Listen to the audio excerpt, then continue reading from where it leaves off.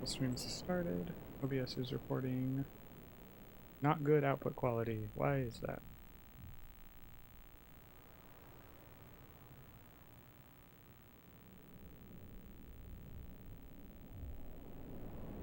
There we go. Alright. OBS is now reporting good output quality. It was because my computer was in office mode and it was not in gamer mode. Jumping over to Twitch to check the audio. Audio test 1, 2, 3, 4, 5. Sounds okay. Going over to YouTube stream. YouTube is reporting excellent stream health. Need the pop-out chat.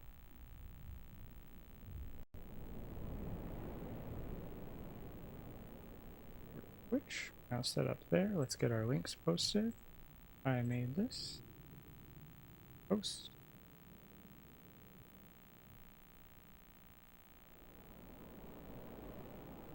Daleman server. Post.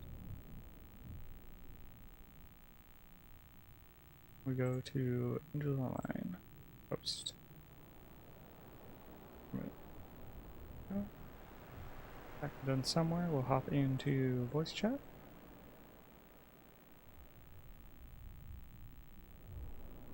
Video. Share screen. Is this the one? Here we go.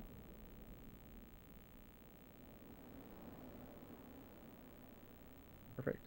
Be everything in order. Let's pull OBS back up so I can see a live replay or live updates. Thank you all tier 1 subs that are seen on screen now. If you would like your name up on here, then any sub of at least tier 1 will get your name put on here. Okay. And we need to get... There we go. Hello and welcome to another Artisan stream. Tonight we are reading more Gulliver's Travels. We're on chapter 5 and 6 tonight. For each additional sub that we get, we'll read an additional chapter. Hello Space Maniac, welcome. You're getting here right at the beginning. We're on chapter 5 of Gulliver's Travels, also known as Travels into Various Remote Nations of the World by Jonathan Swift. I'm becoming mentally advanced. Yes, Malachi. Alright. Without further ado, let's get into it. Well, let's get into it is another ado, so that's... Anyway. Chapter 5. The author, by an extraordinary stratagem, prevents an invasion. A high title of honor is conferred upon him. Ambassadors arrive from the Emperor of Blefuscu and sue for peace. The Emperor's apartment on fire by an accident. The author instrumental in saving the rest of the palace. The Empire of Blefuscu is an island situated to the north-northeast side of Lilliput, from whence it is parted only by a channel of 800 yards wide. I had not yet seen it, and upon this notice of an intended invasion, I avoided appearing on that side of the coast, for fear of being discovered by some of the enemy ships, who had received no intelligence of me. All intercourse between the two empires having been strictly forbidden during the war, upon pain of death, and an embargo laid by our emperor upon all vessels whatsoever. I communicated to His Majesty a project I had formed of seizing the enemy's whole fleet, which as our scouts assured us, lay at anchor in the harbor ready. All right, I'm gonna start at the beginning of that sentence and we'll read from there. Which, as our scouts assured us, lay at anchor in the harbor ready to sail with the first fair wind. I consulted the most experienced seamen upon the depth of the channel, which they had often plumbed, who told me that in the middle of a high water it was 70 glumgluffs deep, which is about 6 foot of European measure, and the rest of it 50 glumgluffs at most. I walked towards the northeast coast over against Blefuscu, and laying down behind a hillock, took out my small pocket perspective glass and viewed the enemy's fleet at anchor, consisting of about 50 men of war and a great number of transports. I then came back to my house and gave order, for which I had a warrant, for a great quantity of the strongest cable and bars of iron. The cable was about as thick as a pack-thread, and the bars of the length and size of a knitting needle. I Trebled. Oh, I trebled the cable to make it stronger. That's like wrapping it around itself in a way, I believe. And for the same reason, I twisted 3 of the iron bars together, binding the extremities into a hook. Having thus fixed 50 hooks to as many cables, I went back to the northeast coast, and putting off my coat, shoes, and stockings, walked into the sea in my leather jerkin about half an hour before high water. I waited with what hassle I could, and an hour before... I already read that line. I waited with what haste I could, and swam in the middle about 30 yards till I felt ground. I arrived at the fleet in less than half an hour. The enemy was so frightened when they saw me that they leaped out of their ships and swam to shore, where they could not be fewer than 30,000 souls. I then took my tackling and fastened a hook to the hole at the prow of each. I tied all the cords together at the end. While I was thus employed, the enemy discharged several thousand arrows, many of which stuck in my hands and face, and besides the excess of smart, gave me much disturbance in my work. My greatest apprehension was for my eyes, which I should have infallibly lost if I had not suddenly thought of an expedient. I kept, among other little necessities, a pair of spectacles in a private pocket, which, as I observed before, had escaped the Emperor's search. These I took out and fastened as strongly as I could upon my nose, and thus armed, went on boldly with my work in spite of the enemy's arrows, many of which struck against the glasses of my spectacles, but without any other effect. Further than a little to discompose them. Without further effect than a little to discompose them. I had now fastened all the hooks, and taking the knot in my hand, began to pull, but not a ship would stir, for they were all too fast held by their anchors, so that the boldest part of my enterprise remained. I therefore let go the cord, and leaving the hooks fixed to the ships, I resolutely cut with my knife the cables that fastened the anchors, receiving above 200 shots in my face and hands. Then I took up the knotted end of the cables to which my hooks were tied, and with great ease drew 50 of the enemy's largest men of war after me. The Blefuscudians, who had not the least imagination of what I intended, were at first confounded with astonishment. They had seen me cut the cables, and thought my design was to only let the ships run adrift, or fall foul on each other. But when they perceived the whole fleet moving in order, and saw me pulling at the end, they set up such a scream of grief and despair that it is almost impossible to describe or conceive.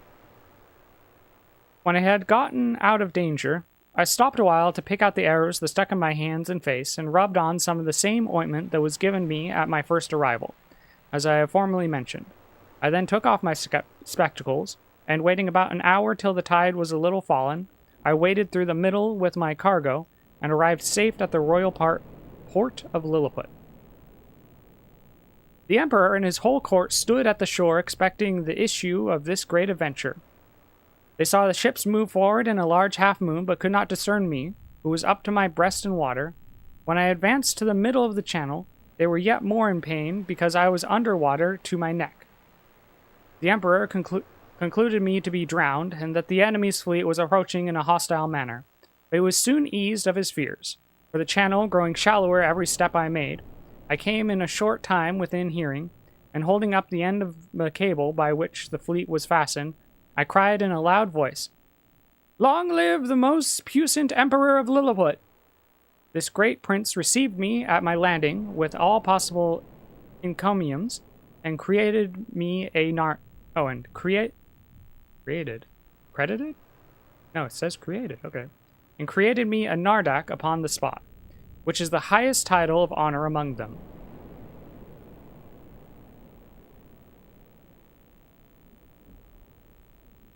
His Majesty desired I would take some of the opportunity of bringing all the rest of his enemy's ships into his ports, and so unmeasurable is the ambition of princes that he seemed to think of nothing less than reducing the whole empire of Blefuscu into a province, and governing it by a viceroy, of destroying the big Indian exiles and compelling that people to break the smaller end of their eggs, by which he would remain the sole monarch of the whole world. But I endeavored to divert him from this design by many arguments drawn from the topics of policy as well as justice, and I plainly protested that I would never be an instrument of bringing a free and brave people into slavery. And when the matter was debated in council, the wisest part of the ministry were of my opinion.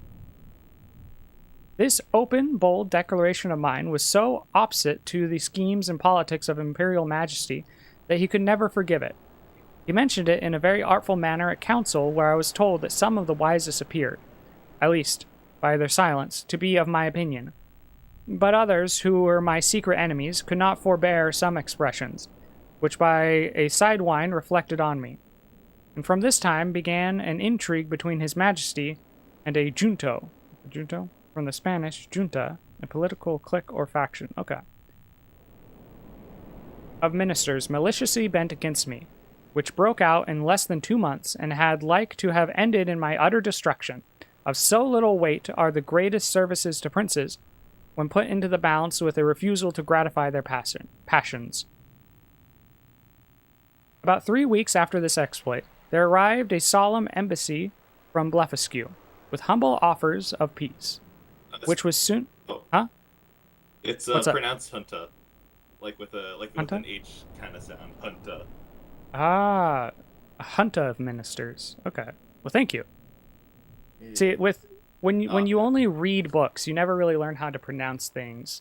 My grandma would mispronounce things all the time because she read a lot, but she didn't really, like, I guess, talk to people about things she read. I don't know. Anyway. It's like people who say epitome instead of epitome. Epitome, yeah. It's just like... I used to say... Yeah, it's not really... Oh. I got really into Pathfinder ages ago, and...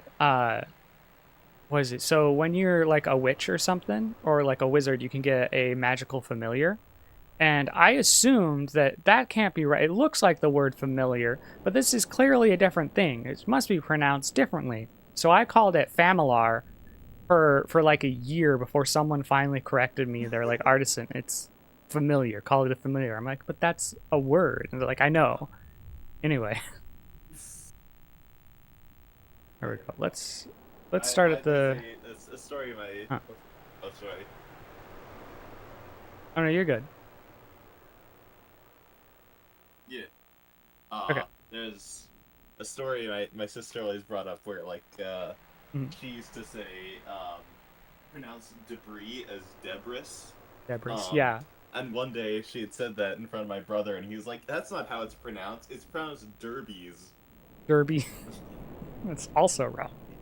He had like an even worse pronunciation for the same. So actually, word.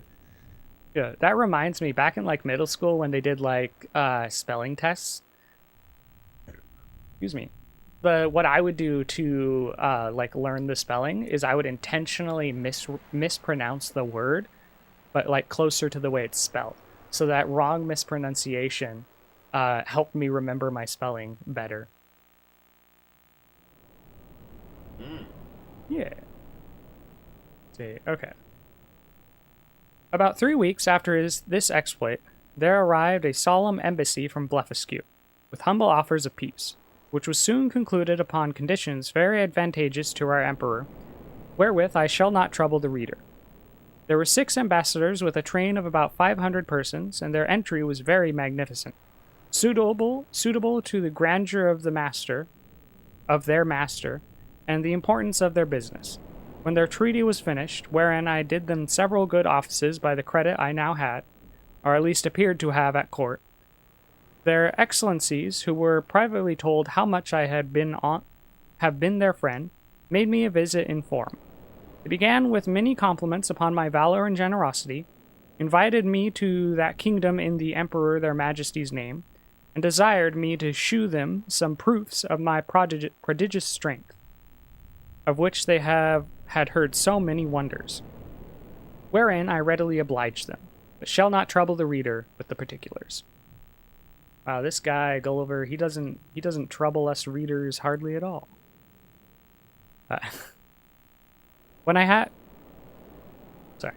Refocus my eyes. When I had for some time entertained their excellencies to their infinite satisfaction and surprise, I desired they would do me the honor to present present my most humble respects to the Emperor, their master, the renown of whose virtues had just so justly filled the whole world with admiration, and whose royal person I resolved to attend before I returned to my own country.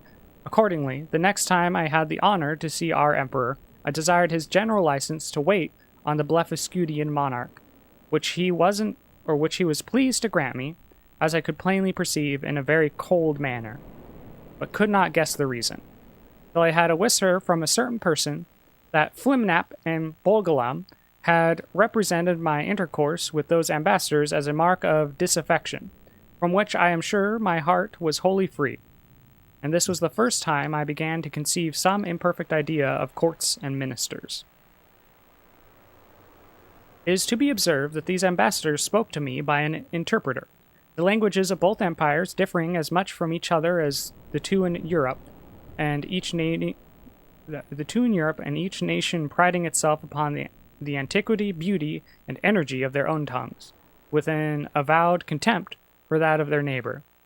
Yet our emperor, standing upon the advantage he had gotten by the seizure of their fleet, obliged them to deliver their credentials, and make their speech in the Lilliputian tongue. And it must be confessed that from the great intercourse of trade and commerce between both realms, from the continual reception of exiles, which is mutual among them, and from the custom in each empire to send their young nobility and richer gentry to the other in order to polish themselves by seeing the world and understanding men and manners, there are few persons of distinction, or merchants, or seamen, who dwell in the maritime parts, but what can hold conversations in both tongues, as I found some weeks after, when I went to pay my respects to the Emperor of Blefuscu, which in the midst of great misfortunes, through the malice of my enemies, proved a very happy adventure to me, as I shall relate in its proper place. The reader may remember that when I signed those articles upon which I recovered my liberty, there were some which I disliked upon account of their being too servile. Neither could any thing but an extreme necessity have forced me to submit. But being now a Nardak of the highest rank in the empire, such offices were looked upon as below my dignity, and the emperor, to do him justice, never once mentioned them to me. However, it was not long before I had an opportunity of doing his majesty, at least as I then thought, a most signal service. I was alarmed at midnight with the cries of many hundred people at my door, by which being suddenly awaked, I was in some kind of terror.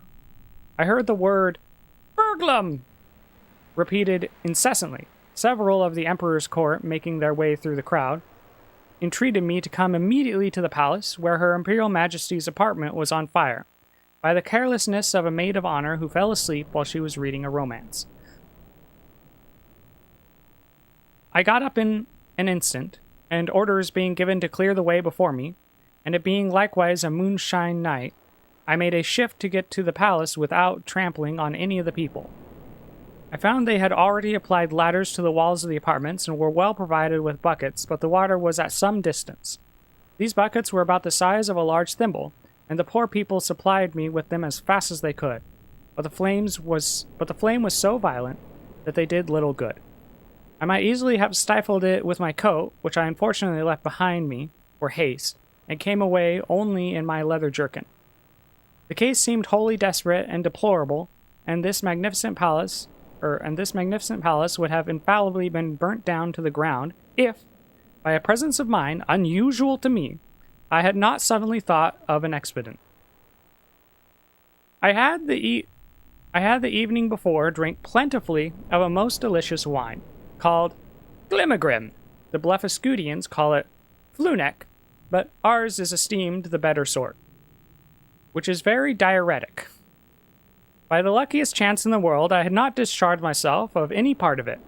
The heat I had contracted by coming very near the flames, and by my laboring to quench them, made the wine begin to operate by urine, which I voided in such a quantity, and applied so well to the proper places, that in 3 minutes the fire was wholly extinguished, and the rest of that noble pile, the pile being a building, which had cost so many ages in erecting, preserved from destruction. He peed on their buildings, on their royal buildings, to save it from fire. That's what he's saying there. If that was not entirely Jack clear. Black movie, and I was thinking like that has to be a new thing. But No, like no, no, that's peeing. from the original.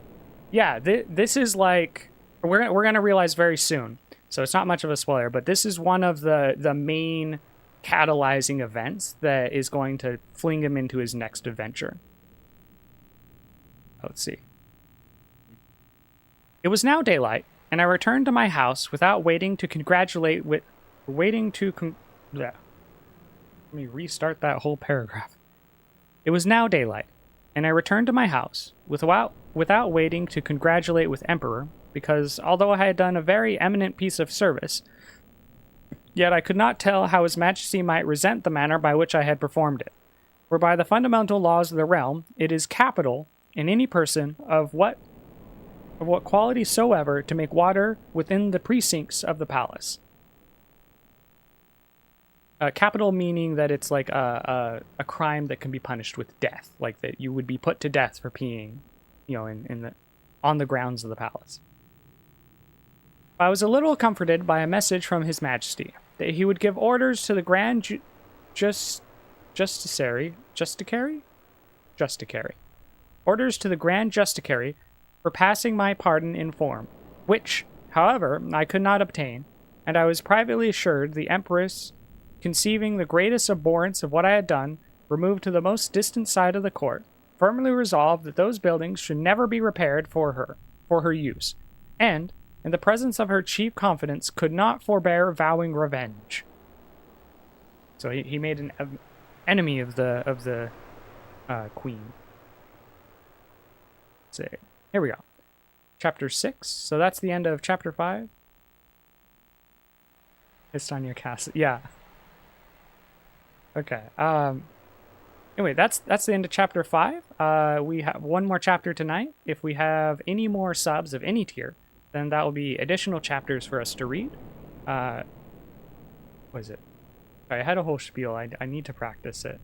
Yeah, so anyway, all subs go to help supporting me and my family and content like this. So, yeah, all proceeds keep a roof over my family's head and whatnot. Let's get into this. Chapter 6. Of the inhabitants of Lilliput, their learning, laws, and customs, the manner of educating their children, the author's way of living in that country, is vindication of a great lady. Although I intend to leave the description of this empire to a particular treatise, yet in the meantime I am content to gratify the curious reader with some general ideas, as the common size of the natives is somewhat under 6 inches high, so there is an exact proportion in all their animals, as well as the plants and trees. For instance, the tallest horses and oxen are between 4 and 5 inches in height, the sheep an inch and a half, more or less, their geese about the bigness of a sparrow, and so the several gradations downwards, till you come to the smallest, which to my sight were almost invisible, but nature hath adapted the eyes of the Lilliputians to all objects proper for their view. They see with great exactness, but at no great distance, and to show the sharpness of their sight towards objects that are near, I have been much pleased to observe a cook pulling a lark which was not so large as common fly. Yeah. I have been much pleased observing a cook pulling a lark which was not so large as common fly, and a young girl threading an invisible needle into an invisible silk. Their tallest trees were about 7 foot high. I mean some of those in the great royal park, the tops whereof I could but just reach with my fist clenched. The other vegetables are in the same proportion, but this I leave to the reader's imagination.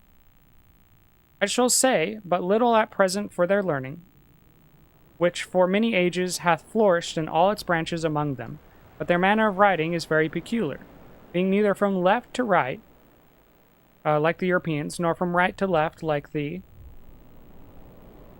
Arabians, nor from up to down like the Chinese, nor from down to up like the Cascagians, but aslant from one corner of the paper to the other, like ladies in England.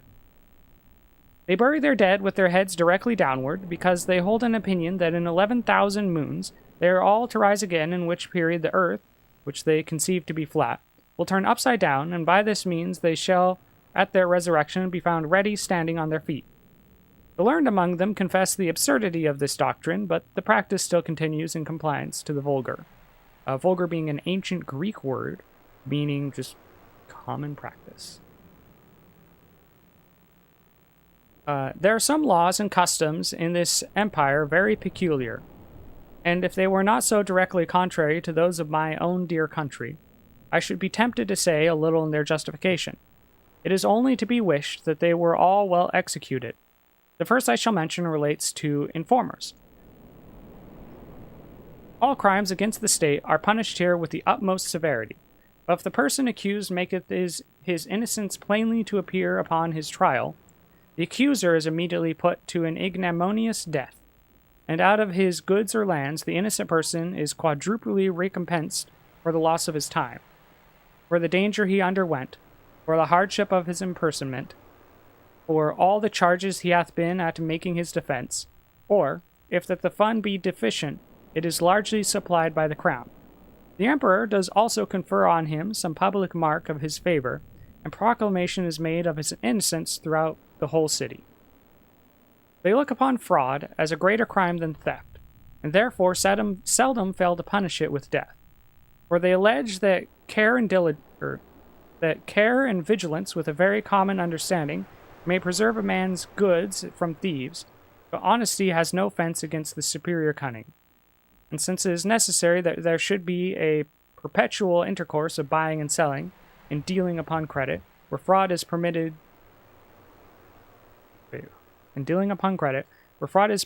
or connived at, or hath no law to punish it, the honest dealer is always undone, and the knave gets the advantage. I remember when I was once interceding with the king for a criminal who had wronged his master of a great sum of money, which he had received by order and ran away with. And happening to tell his majesty, by way of extenuation, that it was only a breach of trust, the emperor thought it monstrous in me to offer, as a defense, the greatest aggravation of the crime. And truly I had little to say in return, further than the common answer that different nations had different customs, for I confess I was heartily ashamed. Although we usually call reward and punishment the two hinges upon which all governments turn, yet I could never observe this maxim to be put into practice by any nation except that of Lilliput.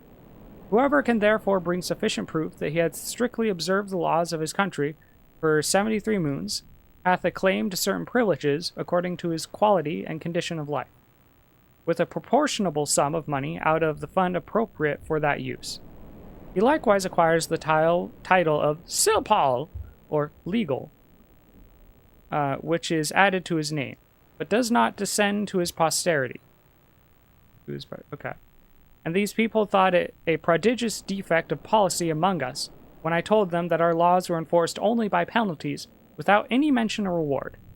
It is upon his account that the image of justice in their courts of judicature,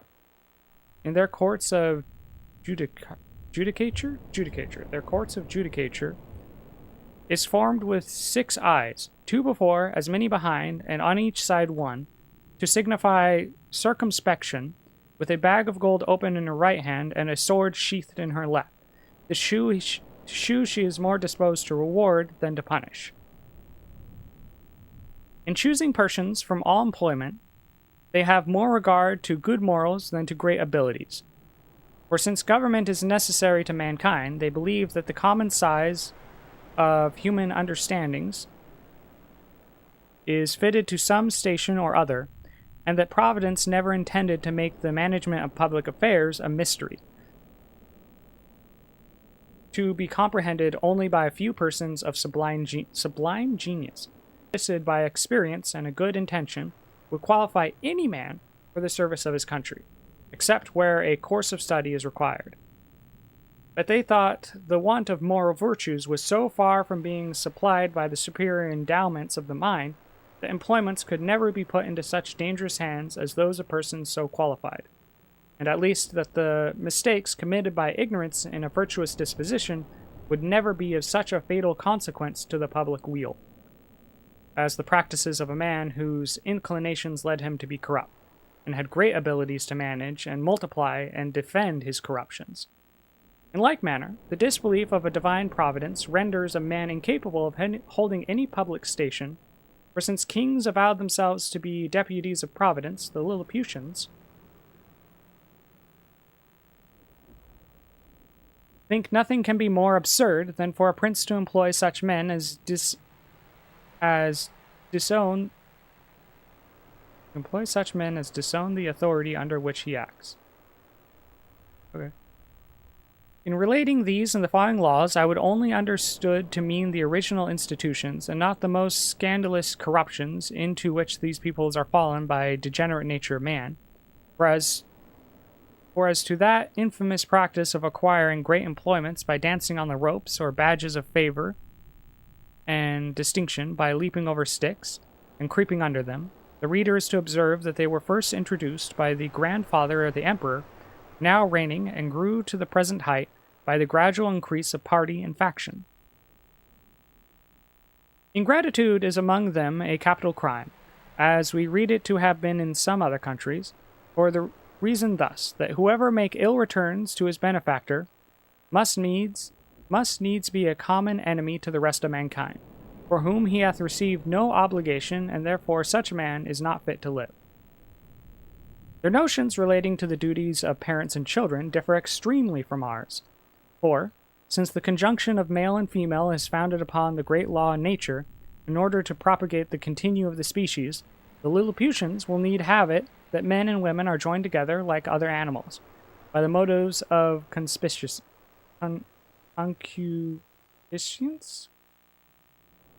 Concupiscence. I don't know how to say that word, so we're going to move on.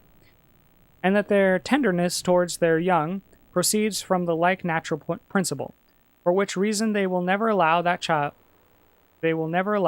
a child is under any obligation to his father for begetting him, or to his mother for bringing him into the world, which, considering the miseries of human life, was neither a benefit on itself, or intended so by his parents, whose thoughts in their love encounters were otherwise employed. Upon these and like reasonings, their opinion is that parents are the last of all others to be trusted with the education of their own children, and therefore they have in every town public nurseries, where all parents, except cottagers and laborers, are obliged to send their infants of both sexes to be reared and educated when they come to the age of 20 moons, at which time they are supposed to have some rudiments of docility. These schools are of several kinds, suited to different qualities, and to both sexes. They have certain professors well skilled in preparing children for such a condition of life as benefits the rank of their parents, and their own capacities as well as inclinations. I shall first say something of the male nurseries, then of the female. And the nurseries for males of noble eminent birth... Hold on. One second, I'll be right back.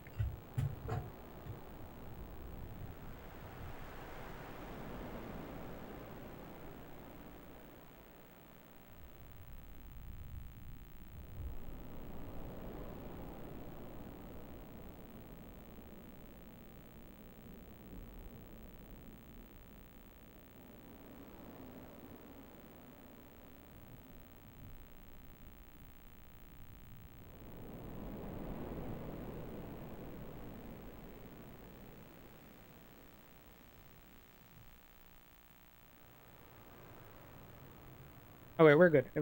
I heard my wife reading. I don't think it's coming through the stream though, so we're okay.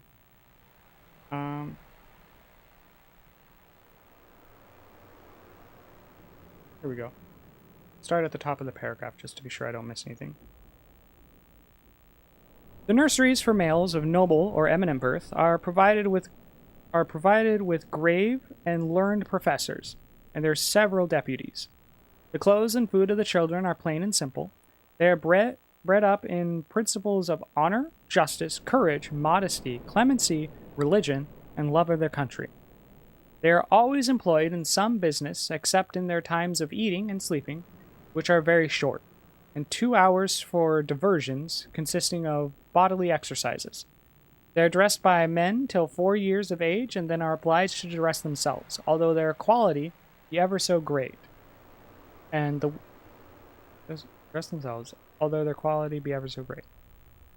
women attendants, who are aged proportionably to ours at 50, perform only the most menial offices. Okay. They are never suffered to converse with servants, but go together in small or greater numbers to their diversions, and always in the presence of a professor, or one of his deputies, whereby they avoid those early bad impressions of folly and vice to which our children are subject. Their parents are suffered to see them only twice a year.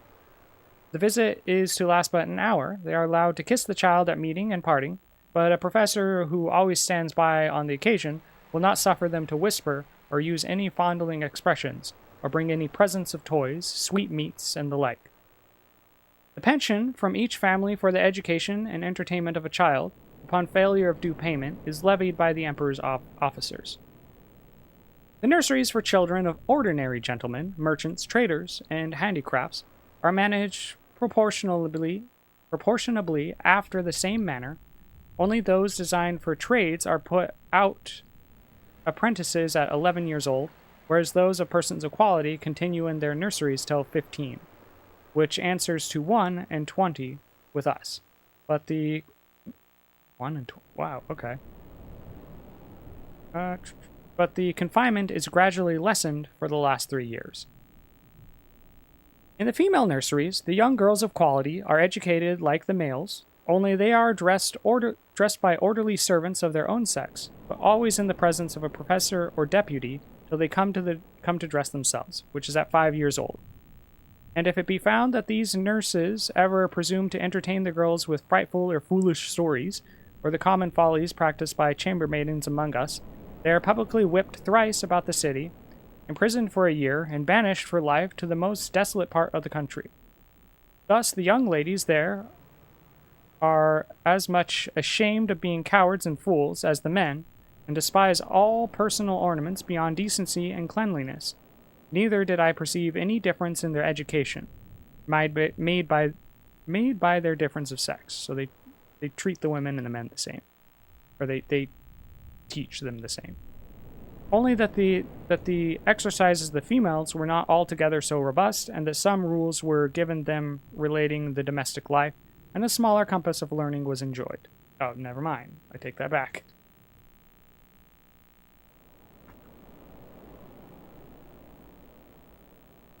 For the maxim is, that among people of quality, a wife should be always reasonable and agreeable companion, because she cannot always be young.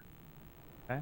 When the girls are 12 years old, which among them is the marriageable age, their parents or guardians take them home, with great expressions of gratitude to the professors, and seldom without tears of the young lady and her companions.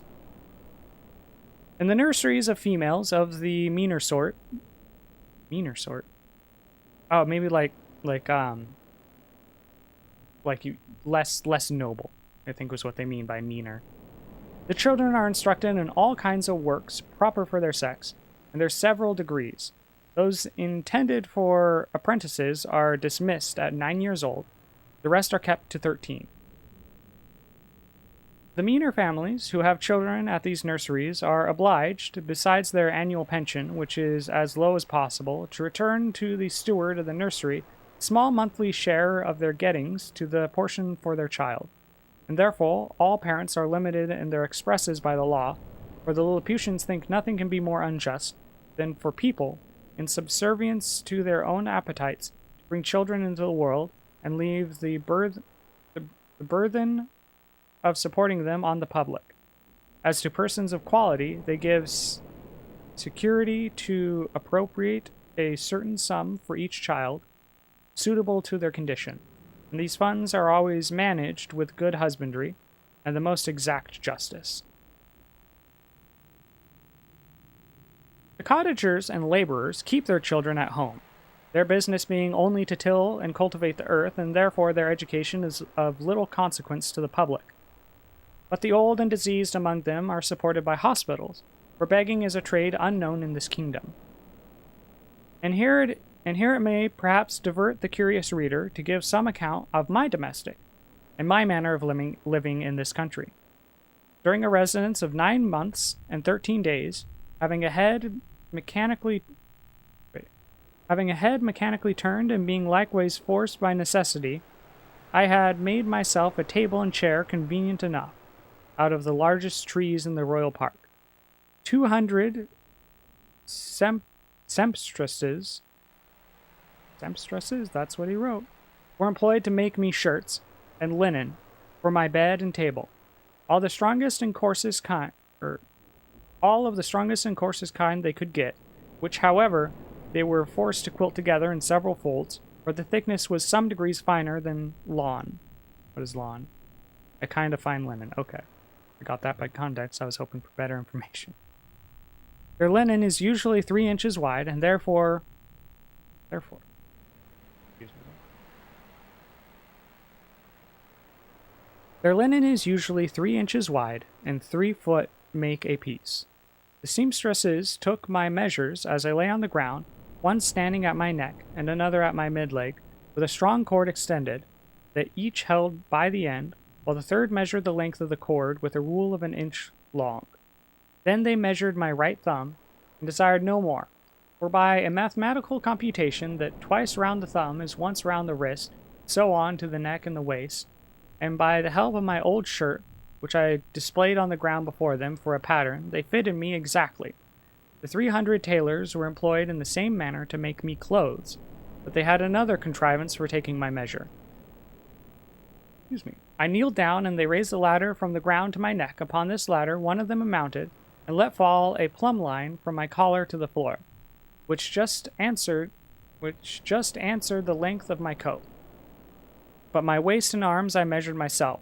When the clothes were finished, which was done in my house, where the largest of theirs would not be able to hold them, they looked like the patchwork made by the ladies in England, only that mine were all of a color. Oh, I'm thinking saying like it's made of patchwork, but it's all matches. It's not like random patchwork like they do in ancient England. I had 300 cooks to dress my victuals in little convenient huts built about the house, where they and their families lived, and prepared me 2 dishes apiece. I took up 20 waiters in my hand and placed them on the table. 100 more I attended below on the ground, some with dishes of meat, some with barrels of wine, and other liquors slung on their shoulders, all which the waiters above drew up as I wanted, in a very ingenious manner, by certain cords, as we draw the bucket up a well in Europe. A dish of their meat was a good mouthful, and a barrel their liquor reasonable draught. Their mutton yields to ours, but their beef is excellent. I have had a sirloin so large that I have been forced to make 3 bites of it, but this is rare. My servants were astonished to see me eat it bones and all, as in our country we do the leg of a lark. Their geese and turkeys I usually eat at a mouthful, and I must confess they far exceed ours of their smaller fowl. I could take up 20 or 30 at the end of my knife. One day, His Imperial Majesty, being informed of my way of living, desired that himself and his royal consort with the young princes of the blood of both sexes might have the happiness, as he was pleased to call it, of dining with me. They came accordingly, and I placed them upon the chairs of state on my table, just over against me, with their guards about them. Flimnap, the Lord of High Treasure, attended there likewise, with his white staff, and I observed he often looked at me with a sour countenance, which I would not seem to regard, but eat more than usual, in honor to my dear country, as well as to fill the court with admiration. I have some private reasons to believe that this visit from His Majesty gave Flimnap an opportunity of doing me ill offices to his master. That minister had always been my secret enemy, though he outwardly caressed me more than usual to the moroseness of his nature. He represented to the emperor the low condition of his treasury, that he was forced to take up money at great discount, that the exchequer bills would not circulate under 9% below par.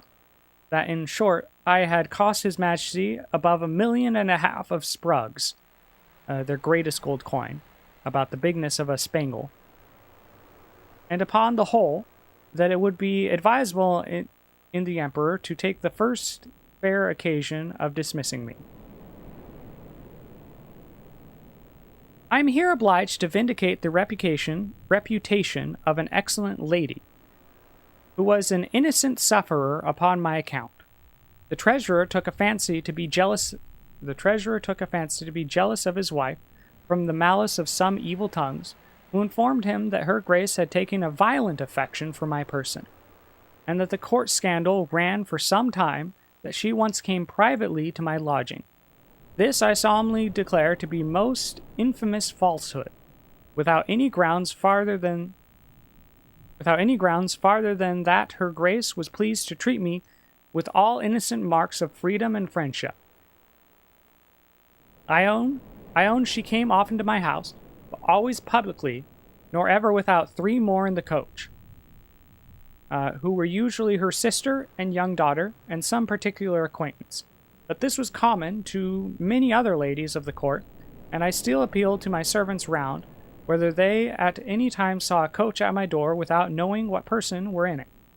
On those occasions when a servant had given me notice, my custom was to go immediately to the door, and after paying my respects to take up the coach and 2 horses very carefully in my hands, or if there were 6 horses, the postilion always unharnessed 4, and place them on a table where I had fixed a movable rim quite round of 5 inches high to prevent accidents, and I have often had 4 coaches and horses at once on my table full of company, while I sat in my chair, leaning my face towards them, and when I was engaged with one set, the coachman would gently drive the others round my table. I have passed many an afternoon very agreeably in these conversations, but I defy the treasurer, or his 2 informers, I will name them and let them make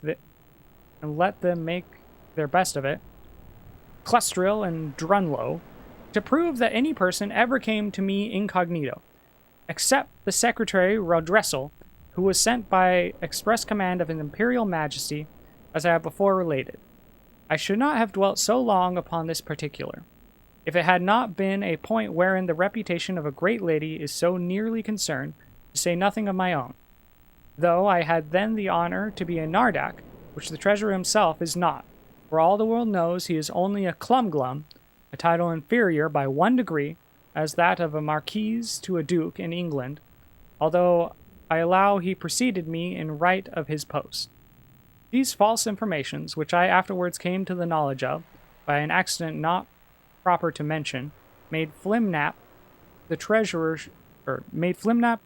shew his lady for some time an ill countenance, and me a worse.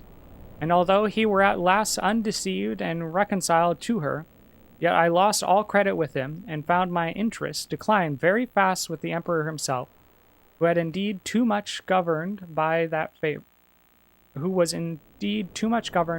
favorite. That's the end of chapter 6. That's all the reading that we had planned for tonight. If we would like to continue reading, it would be 1 sub. Of any tier, we'll read another chapter for every sub that we get. Let's go ahead and get the credits pulled up so that we can see my... Thank you all my... pulled up on screen, we have all my tier 1 subs. Thank you for all your support. You help keep stuff like this going on. You help keep a roof over my family's head. All that business and everything. Thank you all for coming. This has been 2 more chapters of Gulliver's Travels. Tomorrow we're going to come back with more Shadow Colossus. There are 5 Colossi left for us to defeat in normal mode of Shadow the Colossus. With the rate that we've been going, I expect that I'll be able to finish those 5 just in time for the end of stream. And then Thursday, the following day, we should be able to blast through all the time trials, or at least do a couple attempts on all the time trials. Friday, we'll do a Spyro speed run. Then on Monday, we'll be ready to get into our next game, Evolution, the World of Sacred Device on Dreamcast. I have a Dreamcast right here sitting next to me. Got it set up, ready to go, so we can swap it over. That should be 100% ready by Monday.